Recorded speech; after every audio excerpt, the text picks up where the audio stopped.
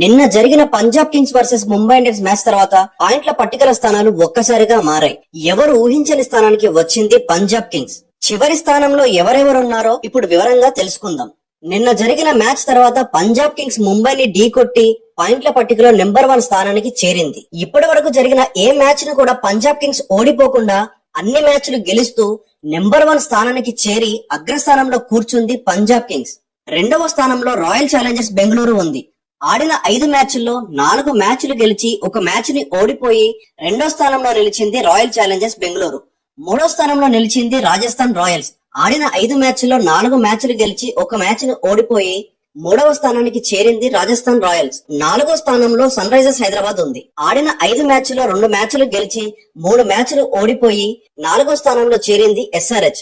5వ స్థానంలో ఢిల్లీ క్యాపిటల్స్ ఉంది. ఆడిన 4 మ్యాచ్ల్లో 2 మ్యాచ్లు గెలిచి 2 మ్యాచ్లు ఓడిపోయి 5వ స్థానంలో ఉంది ఢిల్లీ క్యాపిటల్స్. 6వ స్థానంలో గుజరాత్ టైటన్స్ ఉంది.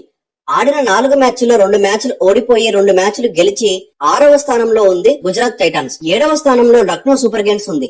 ఆడిన 5 మ్యాచ్ల్లో 2 మ్యాచ్లు మాత్రమే గెలిచి 3 మ్యాచ్లు ఓడిపోయి 7వ స్థానంలో ఉంది లక్నో సూపర్ జెయింట్స్. 8వ స్థానంలో చెన్నై సూపర్ కింగ్స్ ఉన్నారు. ఆడిన 5 మ్యాచ్ల్లో 2 మ్యాచ్లు గెలిచి 3 మ్యాచ్లు ఓడిపోయి 8వ స్థానంలో ఉన్నారు చెన్నై సూపర్ కింగ్స్. ఇక 9వ స్థానంలో ఉన్నారు ముంబై ఇండియన్స్.